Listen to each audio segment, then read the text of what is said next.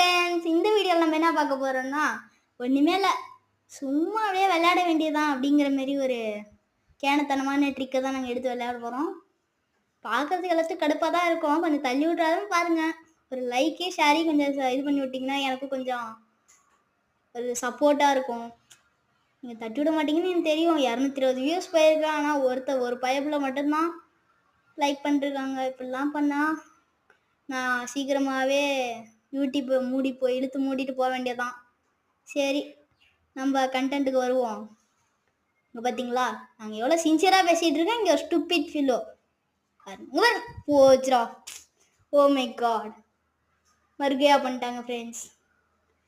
சரி, அடுத்த வீடியோ பார்ப்போமா? அடுத்த ரவுண்டாச்சும் நல்லா விளையாடணும்ப்பா.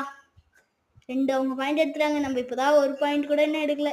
இந்த தடவையாச்சும் பாயிண்ட் எடுப்போமான்னு தெரில. பார்ப்போம். என்னவா இருந்தாலும் இந்த ஆண்டவன் கையில் தான் இருக்கு.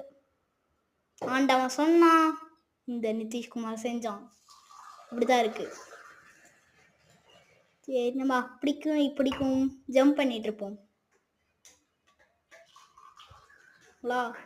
எத்தனை இருக்கு நம்ம கிட்ட? ஒண்ணுமே இல்லை, ஒரே ஒரு குளோவால் தான் இருக்கு. இதை வச்சுட்டு நம்ம மெயின்டைன் பண்ணிக்கலாம்.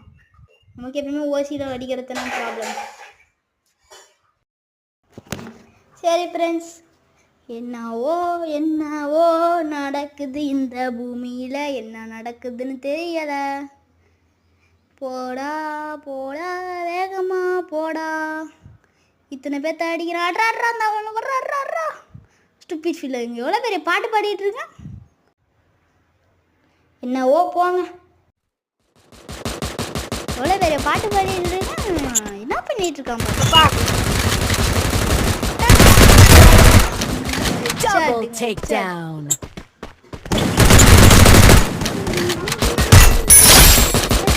ஹெட்ஷாட் மேலே போடுவோம். ஹெட்ஷாட் உங்களுக்கு கவலை இல்லை, போடுவோம் ஹெட்ஷாட் போடுறதுல.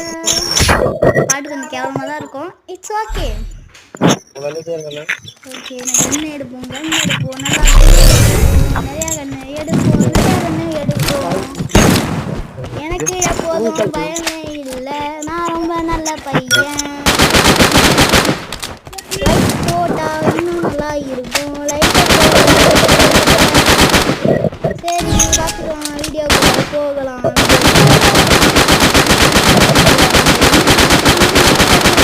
பார்ப்போம். என்ன வந்தாலும்